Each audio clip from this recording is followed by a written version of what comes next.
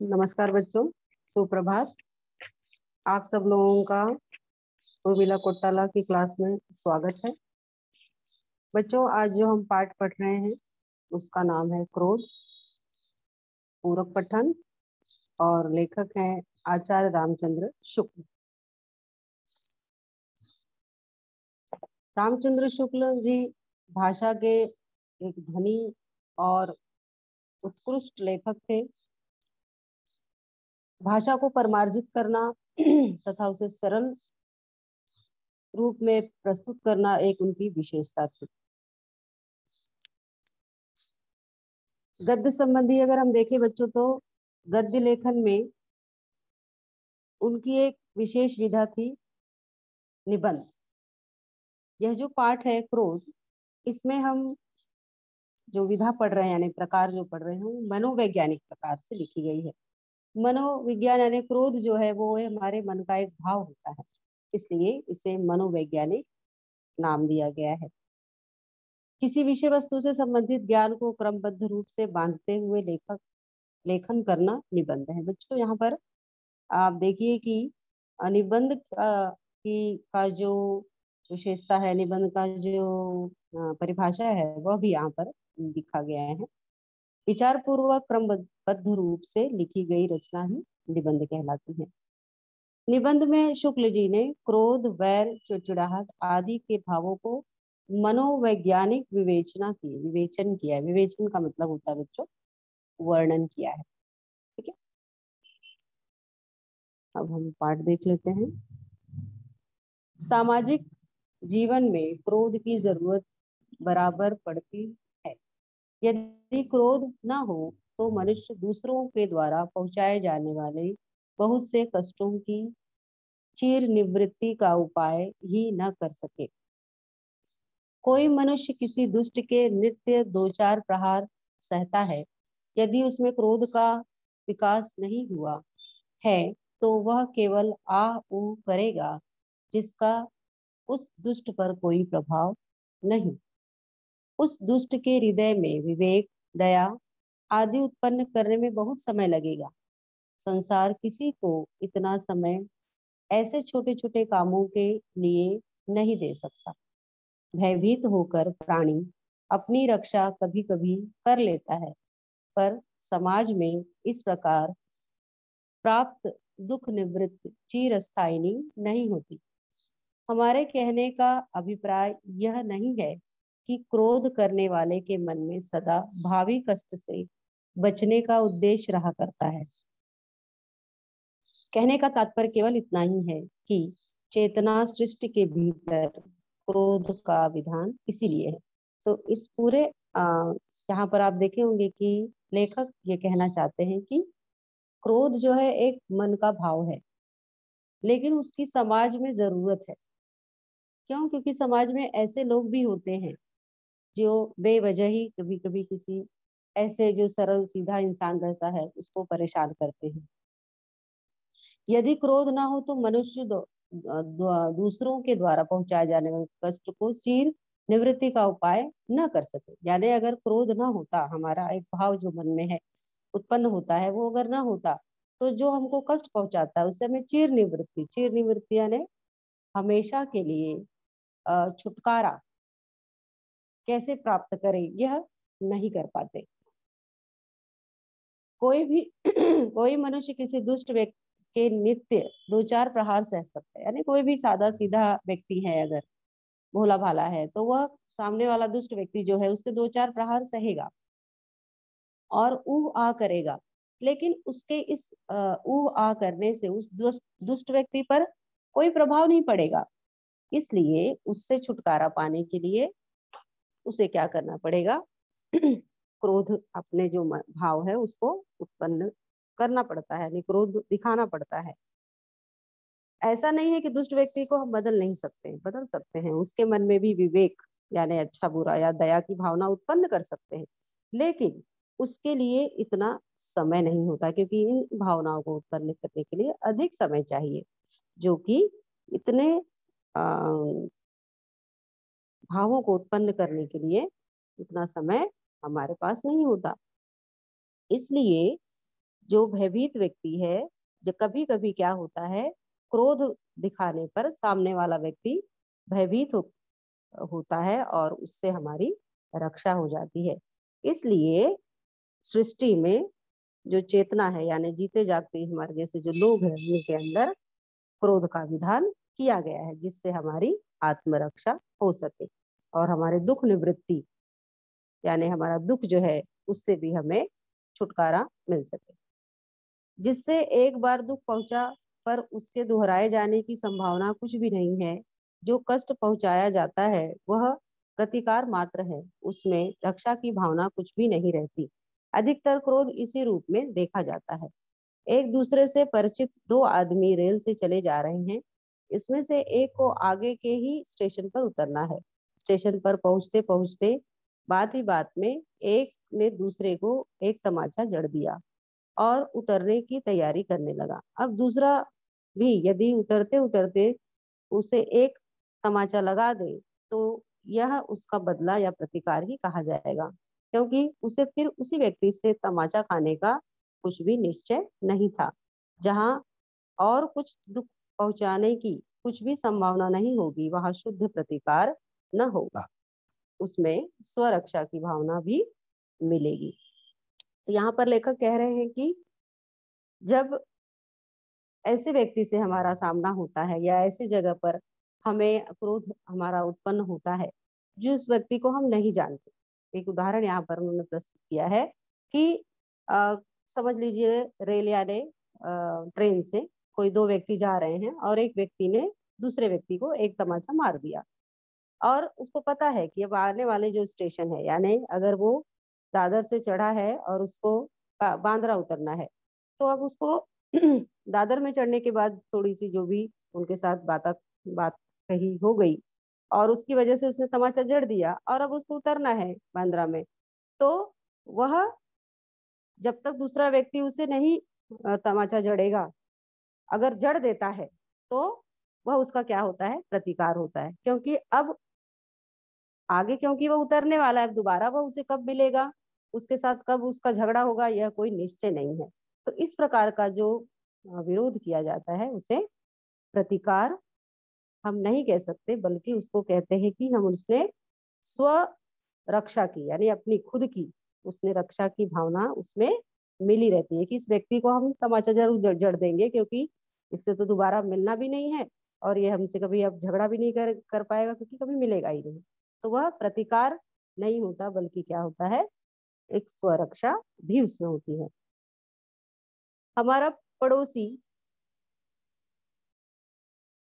कई दिनों से नित्य आकर हमें दो चार टेढ़ी सीधी सुना जाता है। यदि हम एक दिन उसे पकड़कर पीट दे तो हमारा यह कर्म शुद्ध प्रतिकार न कहलाएगा, क्योंकि हमारी दृष्टि नित्य गालियां सहने के दुख से बचने के परिणाम की ओर भी समझी जाएगी। इन दोनों दृष्टांतों को ध्यान पूर्वक देखने से पता चलेगा कि दुख से उद्विग्न होकर दुखदाता को कष्ट पहुंचाने की प्रवृत्ति दोनों में है, पर एक में वह परिणाम आदि का विचार बिल्कुल छोड़े हुए है और दूसरे में कुछ लिए हुए है। इनमें से पहले दृष्टांत का क्रोध उपयोगी नहीं दिखाई पड़ता, पर क्रोध करने वाले के पक्ष में उसका उपयोग चाहे न हो, पर लोक के भीतर वह बिल्कुल खाली नहीं जाता। अब यहाँ पर एक दूसरा उदाहरण बताया उन्होंने, कवि ने, लेखक ने, कि हमारा पड़ोसी कई दिन से हमारे घर पर आकर हमारे घर के दरवाजे पे आएगा और दो चार गालियां देगा और हम सह लेते हैं, सुन लेते हैं। लेकिन अगर एक दिन हम उसको उसकी धुलाई कर दे, पिटाई कर दे, तो वह क्या हो जाएगा, वह शुद्ध प्रतिकार कहलाएगा। क्यों? क्योंकि वो कई दिनों से हमें गालियां दे रहा है, रोज दे रहा है, तो हम उस गालियां सुनने के, उस दुख से बचने के परिणाम की ओर ध्यान देकर उसको पीट देंगे। तो यह क्या होगा, हमारा दुख जो है उसके कम हो जाएगा। और क्योंकि हमारा पड़ोसी है, रोज हमारा उससे मिलना जुलना है, तो हम उस दुख को हमेशा के लिए खत्म करना चाहेंगे। लेकिन जो दूसरा उदाहरण है उसमें हमने देखा है कि अब ये दो उदाहरण, एक तो रेल वाला है और एक यह हमारे पड़ोसी वाला है।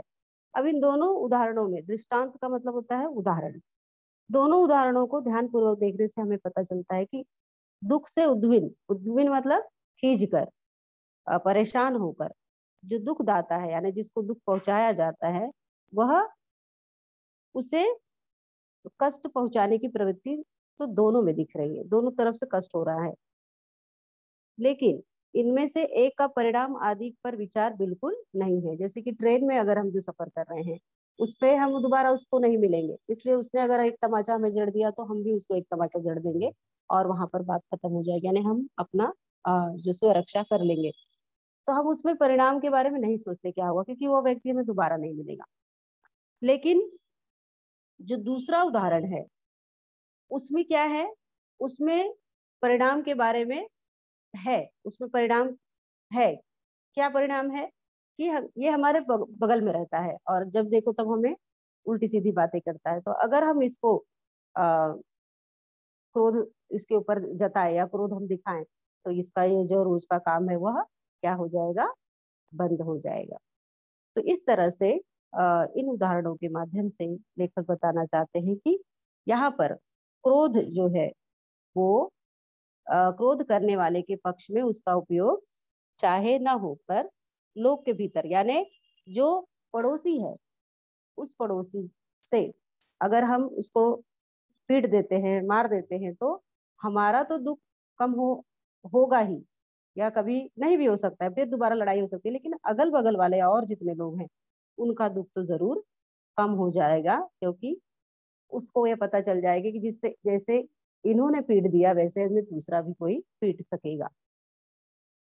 दुख पहुंचाने वाले से हमें फिर दुख पहुंचने का डर न सही, समाज को तो है, इससे उसे उचित दंड देने के लिए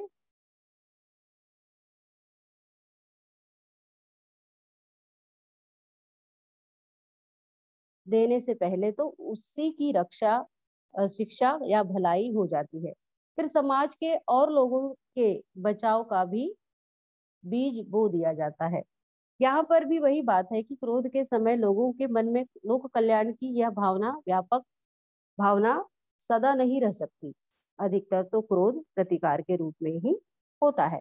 अब यहाँ पर कवि लेखक कहना चाहते हैं कि दुख पहुंचाने वाले में हमें फिर दुख पहुंचेगा, यह बात इस बात का डर नहीं रहता है कि पहुंचेगा या नहीं पहुंचेगा, पर हमारे क्रोध को दर्शाने की वजह से समाज के अन्य लोगों को उससे फायदा हो जाता है, और उचित दंड देने की जो शिक्षा या भलाई हम कर देते हैं अनजाने में, उससे समाज में एक बीज बो दिया जाता है, यानी कि अगर अगर कोई भी व्यक्ति जर आवश्यकता से ज्यादा किसी को परेशान करेगा तो उसे शिक्षा या दंड मिलेगा। तो हम कभी कभी लोग क्रोध जब करते हैं तो वह यह सोचकर नहीं करते कि हमारी वजह से लोक कल्याण यानी दूसरों का भी भला हो जाएगा, इतनी बड़ी भावना लेकर नहीं करते हैं। लेकिन अधिकतर जो क्रोध है वो हम प्रतिकार के रूप में करते हैं, यानी अपने सामने वाले ने हमें अगर कष्ट पहुंचाया तो हम अपने दुख को कम करने के लिए या अपने स्वरक्षा के लिए प्रतिकार स्वरूप क्रोध को उत्पन्न करते हैं, लेकिन इसमें समाज का भी भला हो जाता है। क्रोध की उग्र चेष्टाओं का लक्ष्य हानि या पीड़ा पहुंचाने के पहले आलंबन में भय का संचार करना रहता है।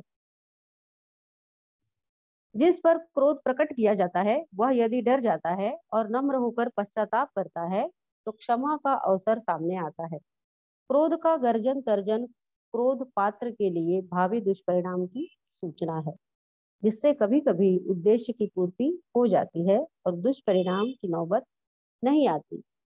एक भी उग्र आकृति देख दूसरा एक की उग्र आकृति देख दूसरा किसी अनिष्ट व्यापार से विरत हो जाता है या नम्र होकर पूर्वकृत दुर्व्यवहार के लिए क्षमा चाहता है।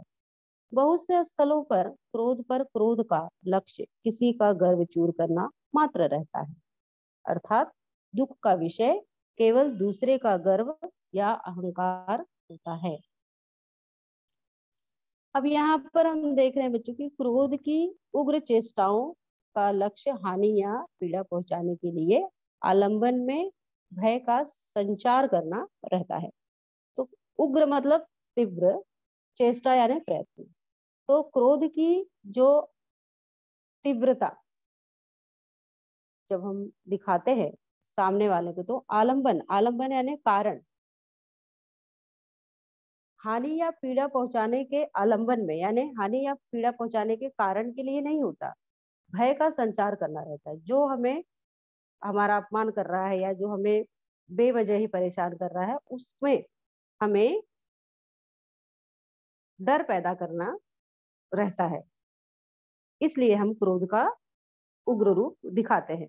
जिस पर क्रोध प्रकट किया जाता है वो यदि डर जाता है और नम्र होकर पश्चाताप करता है तो क्षमा का अवसर सामने आता है।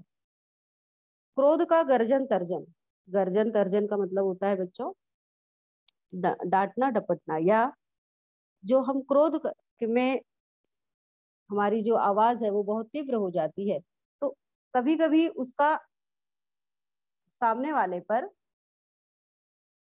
दुष्परिणाम की सूचना वो देता है।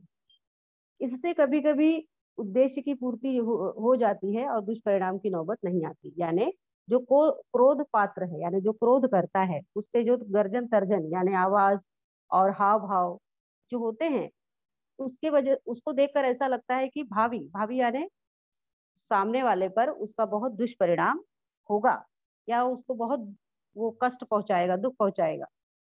लेकिन इससे कभी कभी उद्देश्य की यह पूर्ति हो जाती है कि दुष्परिणाम करने की नौबत ही नहीं आती है। सिर्फ उसका हाव भाव देखकर नौबत यानी स्थिति, वह स्थिति नहीं उत्पन्न हो पाती कि उसका सर फोड़ दो, उसको रक्त निकलने लगे और उसके हाथ पैर टूट जाए, इसकी जरूरत नहीं आती। मात्र हाव भाव से भी व्यक्ति के अंदर डर का संचार हो जाता है और वह विनम्र हो जाता है।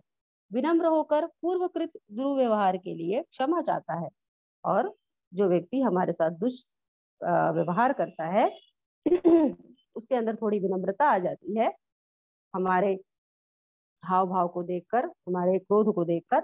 और पूर्वकृत, पूर्वकृत यानी जो कुछ भी हमारे साथ वो अब तक किया रहता है व्यवहार, उसके लिए वह क्षमा मांगने के लिए तैयार हो जाता है। बहुत से स्थलों पर क्रोध का लक्ष्य किसी किसी का गर्व चूर करना मात्र रहता है, अर्थात दुख का विषय केवल दूसरे का गर्व या अहंकार होता है। बहुत से स्थलों पर यानी बहुत सारे जगहों पर बच्चों हम देखते हैं कि क्रोध का क्रोध का लक्ष्य किसी का गर्व चूर करना मात्र रहता है। हमारे समाज में बहुत से ऐसे लोग भी होते हैं जो घमंडी होते हैं। गर्व यानी घमंड, अहंकारी होते हैं। अपने अहंकार के सामने, अपने गर्व गर्व के सामने वो किसी की कोई गिनती नहीं करते। और ऐसे व्यक्ति के लिए अहंकार पर क्रोध पर क्रोध दिखाने का तात्पर्य यह होता है, मतलब यह होता है कि उसके गर्व को खत्म करना, अर्थात दुख का विषय केवल दूसरे का गर्व अहंकार होता है। यानी कि समाज में बहुत सारे लोग ऐसे होते हैं जो जिनको आप अपने किसी भी बात के लिए अपने किसी भी बात पर बहुत गर्व होता है, घमंड होता है, और वे उस घमंड को दूसरों को अनायासी, उस घमंड की वजह से अनायासी परेशान करते हैं। तो कभी कभी हमारा क्रोध जो होता है दूसरे के क्रोध पर इसलिए किया जाता है कि उसके घमंड को, अभिमान को दूर किया जाए, भगाया जाए। अभिमान दूसरों के मन में या उसकी भावना में बाधा डालता है, उससे वह बहुत से लोगों को यूं ही खटका करता है। लोग जिस तरह हो सके अपराध द्वारा अभिमानी को नम्र करना चाहते हैं। अभिमान पर जो रोष होता है उसकी प्रवृत्ति अभिमानी को केवल नम्र करने की रहती है, उसका हानि या पीड़ा पहुंचाने का उद्देश्य नहीं होता। संसार में ऐसे बहुत से अभिमान का उपचार अपमान द्वारा ही किया जाता है। तो आपने बहुत जगह पर देखा होगा बच्चों की, अगर कोई अभिमानी व्यक्ति है और उसके उस व्यवहार से हमें बहुत ही दुख होता है, नाराजगी होती है, तो ऐसे में उस पर जो क्रोध किया जाता है, वो क्रोध उसको कोई हानि पहुंचाने के लिए नहीं किया जाता है, उसको कोई पीड़ा पहुंचाने के लिए नहीं किया जाता, बल्कि उसके अभिमान पर रोष, रोष शब्द आया है बच्चों। रोष का अर्थ होता है क्रोध। जो हम क्रोध दिखाते हैं वो उसके अभिमान को दूर करने के लिए दिखाते हैं। और इस तरह से संसार में बहुत से ऐसे अभिमानी लोग हैं जिनका उपचार यानी इलाज अपमान द्वारा ही किया गया है। आप देखते होंगे कि बहुत से हमारे सामने ऐसे व्यक्ति होते हैं जिनको बहुत अपने किसी भी चीज पर बहुत घमंड होता है, बहुत नाज होता है, और इस वजह से वो दूसरों को हैरान करते हैं। तो अगर ऐसे में उनका अपमान किया जाता है क्रोध करके, तो भी उनका गर्व कम होता है, और और वो विनम्र होते हैं। क्रोध का वेग इतना प्रबल होता है कि कभी कभी मनुष्य यह भी विचार नहीं करता कि जिसने दुख पहुंचाया है उसमें दुख पहुंचाने की इच्छा थी या नहीं।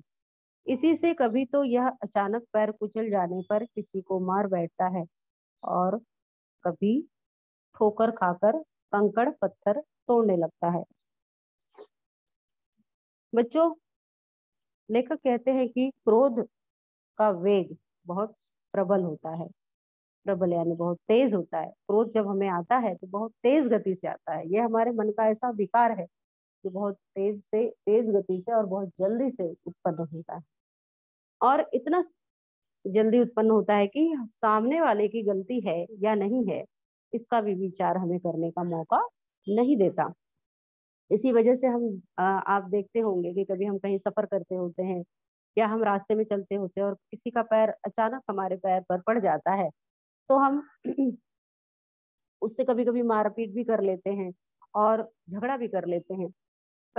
जरूरी नहीं है कि वो व्यक्ति तो हमारा परिचित भी नहीं होता है और जानबूझकर हमारे पैरों को कुचले, ये जरूरी भी नहीं होता है। लेकिन क्रोध इतना तेज होता है कि हमें यह विचार करने का मौका नहीं देता। यात्रियों ने बहुत से ऐसे जंगलियों का हाल लिखा है जो रास्ते में पत्थर की ठोकर लगने पर बिना उसको चूर चूर किए आगे नहीं बढ़ते। अधिक अभ्यास के कारण यदि कोई मनोविकार बहुत प्रबल पड़ जाता है, तो वह अंतः प्रकृति में व्यवस्था उत्पन्न कर मनुष्य को बचपन से मिलती जुलती अवस्था में ले जाकर पटक देता है।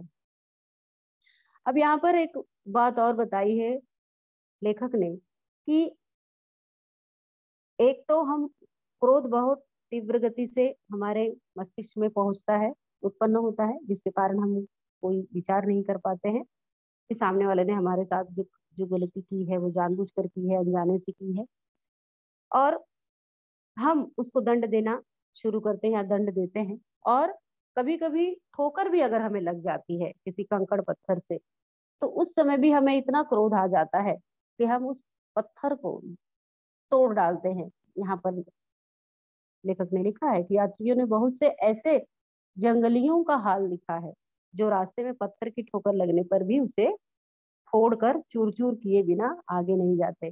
जबकि पत्थर तो एक निर्जीव चीज है, और अगर उससे आपको ठोकर लगती है तो वह आपकी गलती की वजह से, क्योंकि आपने देखा नहीं। लेकिन क्रोध ऐसा है कि उससे भी चूर चूर करना चाहता है, फोड़ना चाहता है। अधिक अभ्यास के कारण यदि कोई मनोविकार बहुत प्रबल पड़ जाता है, हमारा जो मस्तिष्क है बच्चों, उसमें हर प्रकार की व्यवस्था की गई है कि एक बाल्य अवस्था होती है, फिर युवा अवस्था, और अलग अलग अवस्था में वह हमारा मस्तिष्क जो है वह हमें उस तरह से व्यवहार कराता है। तो यहाँ पर अ, लेखक कहते हैं कि अधिक अभ्यास के कारण, यानी अगर हम किसी चीज का अधिक आवश्यकता से ज्यादा अभ्यास करते हैं, यानी अ, उस पर लगे रहते हैं, उसको प्रयत्न करते रहते हैं, तो उसकी वजह से भी हमारे दिमाग में मनोविकार प्रबल बन जाता है, यानी मजबूत बन जाता है। कोई एक मनोविकार बहुत मजबूत बन जाता है, तो वह अंत प्रकृति में, यानी अंत प्रकृति यानी हमारे आंतरिक जो मन है, आंतरिक जो मस्तिष्क है, उसके अंदर एक ऐसी व्यवस्था उत्पन्न कर देता है जो बचपन से मिलती जुलती रहती है। जैसे हम बचपन में व्यवहार करते हैं, बचपने में चले जाते हैं, तो वहां पर उस तरीका का हमारा व्यवहार फिर से बड़े होने पर भी वो हो जाता है। तो उसका कारण क्या है कि किसी भी चीज में हम निरंतर अगर लगे रहते हैं, एक ही काम को हम बहुत बार करते हैं और बहुत कई सालों तक वही करते रहते हैं, तो ऐसे मन में इस प्रकार का विकार भी उत्पन्न होता है कि हमारा मस्तिष्क का जो संतुलन होता है वह थोड़ा सा डगमगा जाता है। क्रोध शांति को भंग करने वाला विकार है। एक का क्रोध दूसरे में भी क्रोध का संचार करता है। जिसके प्रति क्रोध प्रदर्शन होता है वह तत्काल अपमान का अनुभव करता है और इस दुख पर उसकी भी त्योरी चढ़ जाती है। तो क्रोध तो आप सभी बच्चे जानते हैं कि अगर गुस्सा आता है किसी भी इंसान को और वह जो सामने वाला व्यक्ति है वो सीधा साधा है, उसको गुस्सा नहीं आ रहा है, अगर वो बार बार उसे कुछ बोल रहा है, बार बार उसे प्रताड़ित कर रहा है, बार बार उसे गुस्सा कर रहा है, गालियां दे रहा है, तो उसको भी गुस्सा आ जाता है। तो क्रोध जो है वो क्या करता है, शांति को भंग करने वाला मनोविकार है। एक व्यक्ति अगर दूसरे व्यक्ति पर क्रोध करता है तो सामने वाले व्यक्ति में भी क्रोध का संचार होने लगता है। यानी बार बार किसी की गलत बातें, टेढ़ी मेढ़ी बातें या अपमानजनक बातें सुनते रहो तो उसके अंदर जो व्यक्ति नहीं बोल रहा है, सीधा साधा है, बहुत देर से मौन है, उसमें भी क्रोध आ जाता है। जिसके प्रति क्रोध प्रदर्शन होता है वह तत्काल अपमान का अनुभव करता है और इस दुख पर उसकी भी त्योरी चढ़ जाती है। त्योरी का मतलब होता है बच्चों भवें, जिसको आप लोग आईब्रो बोलते हो। तो जिसके ऊपर क्रोध किया जाता है उसको भी अपमान महसूस होता है और जिसके कारण उसको भी गुस्सा आता है। यह विचार करने वाले बहुत थोड़े निकलते हैं कि हम पर जो क्रोध प्रकट किया जा रहा है वह उचित है या अनुचित। तो यह विचार बहुत कम लोगों को आता है कि जो क्रोध हम पर किया जा रहा है वो हमारे भले के लिए है, हमारे अच्छे के लिए है, हमारी भलाई के लिए है, किसके लिए है। तो यह विचार बहुत कम लोग करते हैं और इसी से धर्म, नीति और शिष्टाचार तीनों में क्रोध के विरोध का उपदेश बताया गया है। और इसीलिए धर्म में, नीति में, शिष्टाचार में क्रोध को त्यागने के लिए कहा गया है, क्योंकि क्रोध मूल रूप से हमारा एक मनोविकार है जो समाज के लिए अच्छा नहीं होता। संत लोग तो खलों के वचन सहते ही हैं, दुनियादार लोग भी न जाने कितनी ऊंची नीची पचाते रहते हैं। सभ्यता के व्यवहार में भी क्रोध के चिन्ह दबाए जाते हैं और इस तरह से जो संत साधु हैं उनको भी खल यानी दुष्ट लोगों के खराब वचन यानी कि बुरी और अच्छी बातें सुननी ही पड़ती हैं। लेकिन दुनियादार यानी समाज के जो लोग, सामाजिक लोग हैं, वे भी कितनी ही ऐसी बातें सहते रहते, पचाते रहते यानी सहते रहते हैं और जीते रहते हैं। सभ्यता के व्यवहार में भी क्रोध के चिन्ह दबाए जाते हैं। इस प्रकार का प्रतिबंध समाज की सुख शांति के लिए बहुत आवश्यक है। सभ्यता के व्यवहार में यानी जब इंसान पढ़ता लिखता है, विकास करता है, तो उसको थोड़ा सभ्य किस तरह से रहना चाहिए, कौन कौन सी बात कहनी चाहिए, कौन सी नहीं कहनी चाहिए, इसका भी वो विचार करता है और इसलिए वह सभ्य है। यह समाज को जताने के लिए कभी भी कहीं भी बुरा व्यवहार नहीं करता या जब तक उससे उसे उसके लिए प्रेरित न किया जाए तब तक नहीं करता। तो सभ्यता के व्यवहार में भी आ, क्रोध को दबाया जाता है और यह प्रतिबंध यानी यह रोक जो है समाज की सुख शांति के लिए जरूरी भी है। इस प्रतिबंध की सीमा है हर पीड़ा को उन्मुख क्रोध तक नहीं पहुंचता और यह जो प्रतिबंध है, यह जो रोक है, वो हर पर पीड़ा यानी दूसरों की पीड़ा के समान क्रोध तक नहीं पहुंच पाता। पर पीड़ा यानी पर यानी दूसरे का दुख तक उन्मुख यानी के समान क्रोध तक नहीं पहुंच पाता। क्रोध के दो प्रेरक क्रोध को दो प्रकार के दुख हो सकते हैं। क्रोध के प्रेरक दो प्रकार के दुख हो सकते हैं, अपना दुख और पराया दुख। जिस क्रोध के त्याग का उपदेश दिया जाता है वो पहले प्रकार के दुख से उत्पन्न क्रोध है। दूसरे के दुख पर उत्पन्न क्रोध बुराई की हद के बाहर समझा जाता है। क्रोधोजक दुख जितना ही अपने संपर्क से दूर होगा उतना ही लोक में क्रोध का स्वरूप सुंदर और मनोहर दिखाई देगा। दुख से आगे बढ़ने पर भी कुछ दूर तक क्रोध का कारण थोड़ा बहुत अपना ही दुख कहा जा सकता है। जैसे अपने या आत्मीय परिजन या दुख, अपने या आत्मीयजन परिजन या दुख, इष्ट मित्र का दुख। इसके आगे भी जहां तक दुख की भावना के साथ कुछ ऐसी विशेषता लगी रहेगी कि जिसे कष्ट पहुंचाया जा रहा है वह हमारे ग्राम का है, पुर का है, देश का रहने वाला है, वहां तक हमारे क्रोध के सौंदर्य की पूर्णता में कुछ कसर रहेगी। जहां उक्त भावना निर्विशेष रहेगी वही सच्ची पर दुख का कर्ता मानी जाएगी। तो यहाँ पर बच्चों कहा गया है कि दुख को प्रेरक, प्रेरक यानी उत्पन्न करने वाले, प्रेरणा देने वाले दो प्रकार होते हैं, एक तो अपना दुख और दूसरा पराया दुख। जो क्रोध सॉरी जिस क्रोध को त्याग करने के लिए कहा गया है वो अपना दुख। अपने दुख से अगर हम क्रोध उत्पन्न करते हैं तो वह समाज के लिए ठीक नहीं है। लेकिन जो दूसरे प्रकार का दुख से क्रोध उत्पन्न होता है वह है बुराई की हद तक कुछ बाहर समझा जाता है।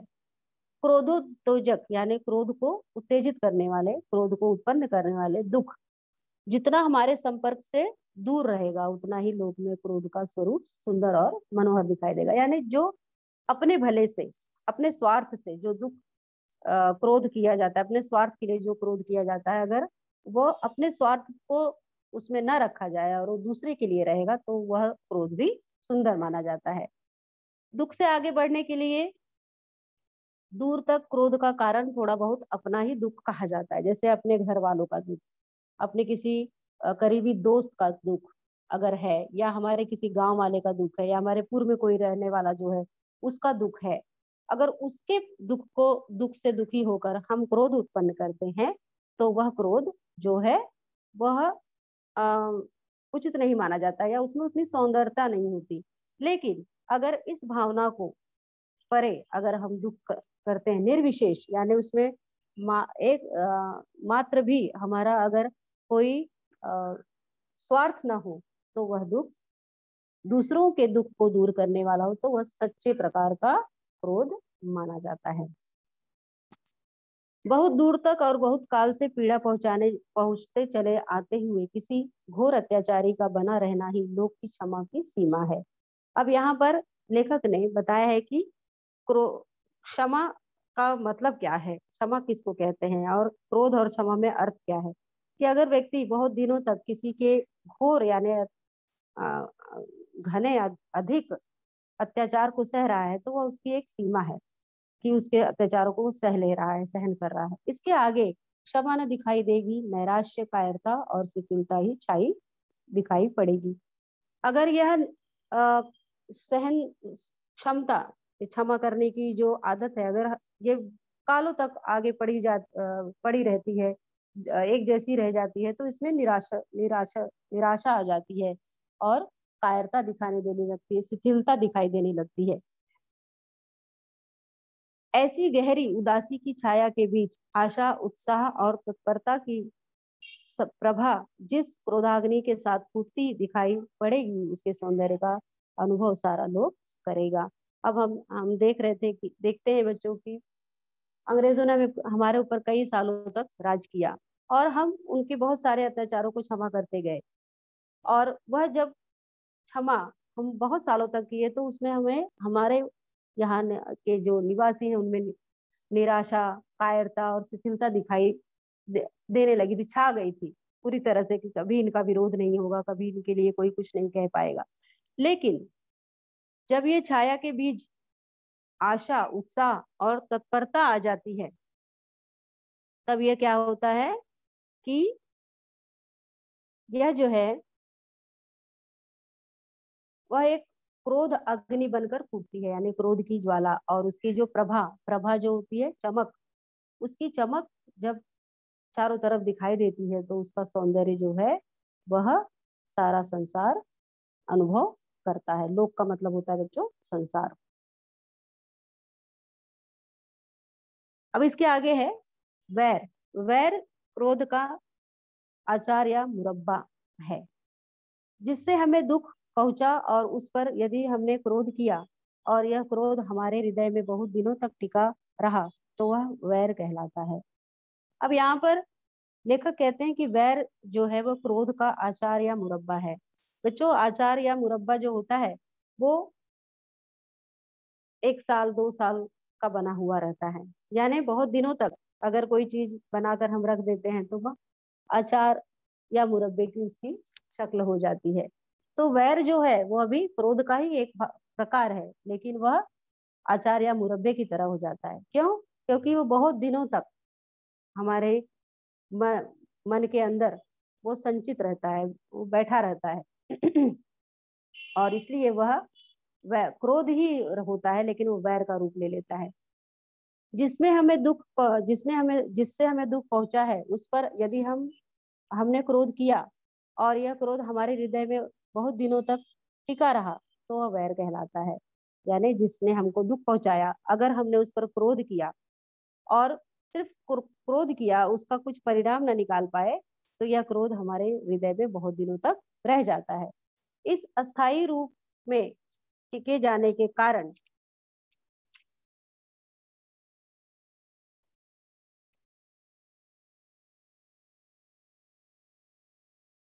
यह क्रोध हमारे हृदय में बहुत दिनों तक टिका रहता है, तो वह वैर कहलाता है।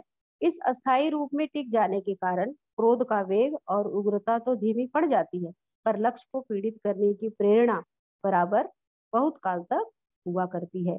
यानी अगर क्रोध हमारे मन में बहुत दिनों तक रहता है, तो उसका जो उग्रता है, उग्रता का मतलब है उसकी जो वेग है, वह थोड़ी धीमी पड़ जाती है। बदला लेने की या उस पर क्रोध करने की जो हमारी जो मंशा होती है, वो थोड़ी धीमी तो पड़ जाती है, लेकिन हमें उससे उस पर क्रोध करना है, उस पर हमको बदला लेना है, यह भावना बनी रहती है। क्रोध अपना बचाव करते हुए शत्रु को पीड़ित करने की युक्ति आदि सोचने का समय प्रायः नहीं देता, पर वैर उसके लिए बहुत समय देता है। क्रोध कैसा होता है? सामने वाले ने आपको दुख पहुंचाया, कष्ट पहुंचाया, आपने उस पर क्रोध किया और वह बात वहां पर समाप्त हो जाती है। लेकिन वैर ऐसा होता है कि आपको बहुत सारा समय देता है कि आप उस पर क्रोध नहीं कर पाए, और अगर क्रोध किए तो उसका कोई परिणाम नहीं हुआ, तो वैर आपको बहुत सारा समय देता है कि दोबारा उससे कैसे बदला लिया जाए, उसको कैसे सबक सिखाया जाए। पूछिए तो क्रोध और वैर का भेद केवल कालकृत है। यानी अगर देखा जाए तो क्रोध और वैर दोनों ही एक समान है, लेकिन इसमें सिर्फ एक बात का भेद है। यानी अगर एक बात का इसमें अलगाव है कि क्रोध जो है तुरंत व्यक्त किया जाता है, और वैर जो है वह बहुत सा समय के बाद भी पूरा किया जाता है। तो कालकृत यानी समय का भेद है इसमें खाली। दुख पहुंचाने के साथ ही दुखदाता को पीड़ित करने की प्रेरणा करने वाला मनोविकार क्रोध है। कुछ काल बीत जाने पर प्रेरणा करने वाला भाव वैर है। यानी अगर आपको किसी ने दुख पहुंचाया है, तो उस दुख को आपने तुरंत प्रकट कर दिया, तो वह आपका क्रोध हो गया। और अगर आपने बहुत दिनों बाद उसका बदला लिया, तो वह वैर के रूप में हो जाता है। उदाहरण के तौर पर किसी ने आपको गाली दी और आपने भी उसी समय उसको मार दिया, तो वह आपका क्रोध हो गया। और अगर किसी ने आपको गाली दी लेकिन वो गाली देकर भाग गया और आप उससे कुछ नहीं बोल पाए, और जब वो दोबारा कभी भी आपको सामने से दिखाई दिया और आपको उस समय वह गाली भले न दिया हो, लेकिन आपने उसे मार दिया, तो यह आपका उस पर वैर निकालना हो गया। इस विवरण से यह स्पष्ट होता है कि वैर उन्हीं प्राणियों में होता है जिनमें धारणा अर्थात भावों के संचयन की शक्ति होती है। यानी वैर जो होता है वो ऐसे लोग व्यक्तियों में होता है, मनुष्यों में या ऐसे प्राणियों में, सारे मनुष्य में होता है, ऐसे प्राणियों में होता है जिनमें भावों को धारण करने की शक्ति होती है। यानी संचयन यानी जमा करना, धारण करना यानी लेना, ग्रहण करना। पशु और बच्चे किसी से वैर नहीं मानते। चूहे और बिल्ली के संबंध का वैर नाम अलंकारिक है। तो वैर जो होता है वो बच्चों और पशुओं में नहीं होता, क्योंकि उनमें भावों को संचयन करने की शक्ति नहीं होती। यानी भावों को संचित करके जमा करके रखने का उनके पास वह शक्ति नहीं रहती है। पशु भी आपस में लड़ते झगड़ते हैं और फिर थोड़ी देर बाद एक हो जाते हैं। जैसे आप देखते हो कि कुत्ते आपस में एक दूसरे से लड़ते झगड़ते हैं, फिर थोड़ी देर बाद वो एक दूसरे के साथ दौड़ते हैं, खेलते रहे हैं। बच्चे भी वैसे ही हैं, किसी बात पर उन पर अगर झगड़ा हो जाता है तो थोड़े समय के बाद फिर वो आपस में मिल जाते हैं और खेलते हैं। चूहे और बिल्ली के संबंध का जो वैर यहाँ पर कहा गया है वो अलंकारिक है। अलंकारिक मतलब वो एक मजाक के तौर पे कहा गया है कि आप देखोगे कि चूहा जब बिल्ली को देखता है तो भाग जाता है, और बिल्ली अगर चूहे को देखती है तो वह उसके पीछे भागती है। तो ये दोनों जो है पशु, ये लोग भले ही एक अलंकारिक है, यानी इनको एक अलंकार का नाम दिया गया है, एक मजाक के तौर पे दिया गया है, वैसे इन दोनों में कोई वैर नहीं होता। आदमी का नाम आदमी का ना आम अंगूर से कुछ वैर है, ना भेड़ बकरे से। आदमी ना आम से कुछ उसका बैर है, ना अंगूर से, यानी आम का भी स्वाद लेता है, अंगूर का भी लेता है, किसी से उसका कोई बैर नहीं है। पशु और बच्चे दोनों क्रोध करते हैं और थोड़ी देर बाद भूल जाते हैं। तो जो पशु हैं और बच्चे हैं वो क्रोध करते हैं, उनमें वैर की भावना बिल्कुल नहीं होती है, इसीलिए थोड़े समय के बाद वो भूल जाते हैं और फिर से खेलने लगते हैं। अब यहाँ पर लेखक बताते हैं कि क्रोध का एक हल्का रूप जो है वो चिड़चिड़ाहट है।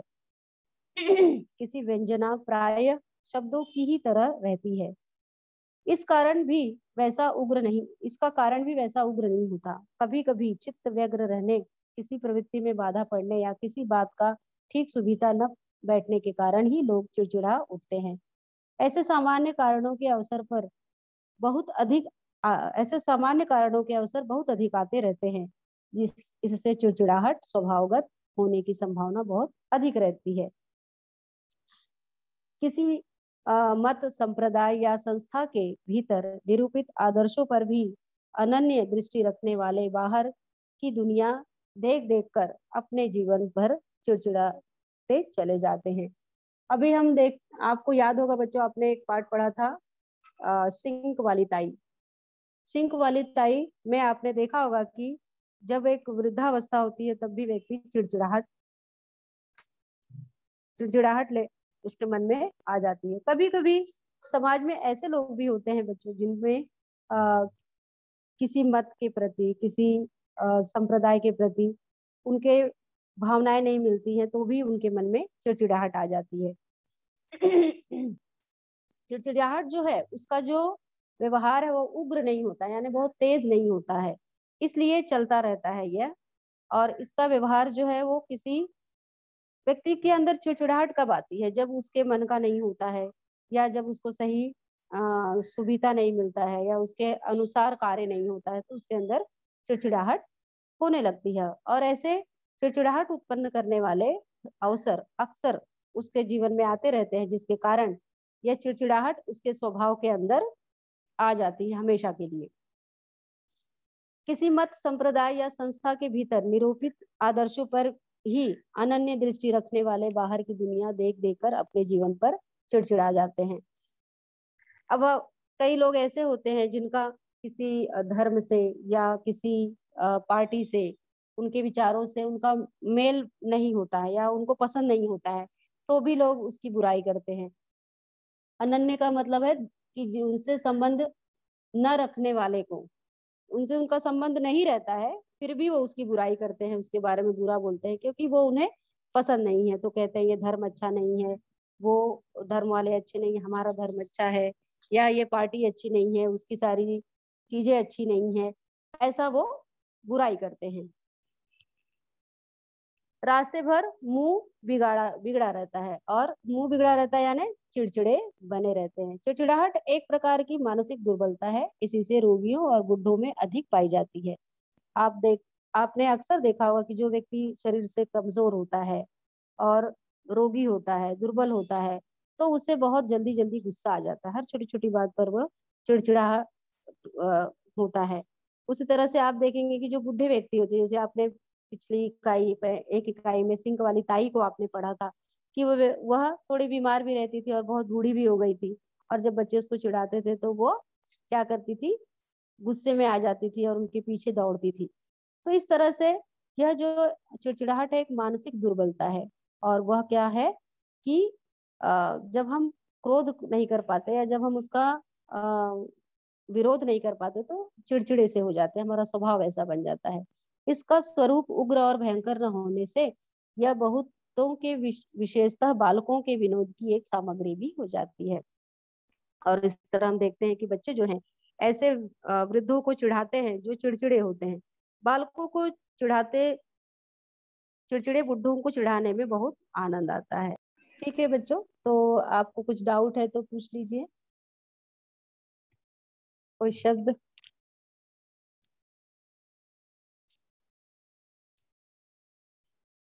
हाँ बोलो।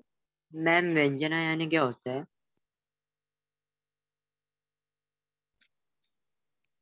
व्यंजना का मतलब होता है बच्चों व्यक्त करना, बताना, व्यक्त करना।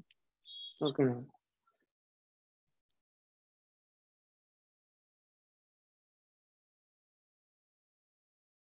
और कोई?